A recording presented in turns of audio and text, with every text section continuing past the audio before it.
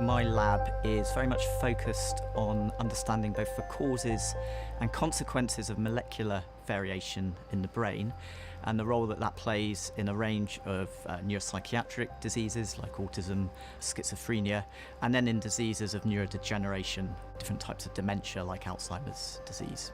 So I was really interested in understanding, the mechanisms that bring both those innate, inherited aspects involved in the disease together with things in the environment to mediate onset of the disease.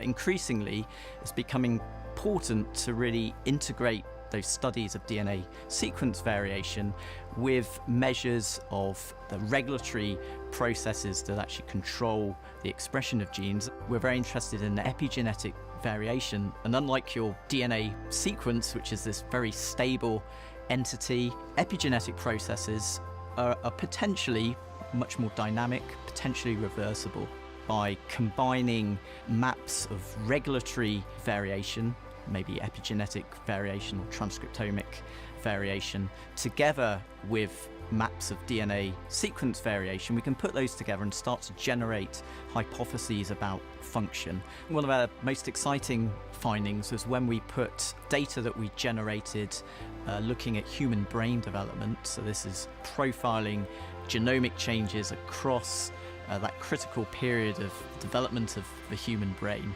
together with the genetic information that had been generated on patients with schizophrenia, in conjunction with DNA methylation data that we generated on brain tissue from individuals with schizophrenia. And it became very apparent that actually the genomic regions or genes that seem to be altered or play a role in schizophrenia are precisely those genes that are kind of changing across the period of brain development. So integrating different types of genomic data sets is actually going to be a really important next step in understanding the causes of a whole range of biomedical diseases. And it's really only by layering on top what we know about the DNA sequence with what we know about gene activity that we can actually start to tease apart the underlying biology linking genetic variation to disease.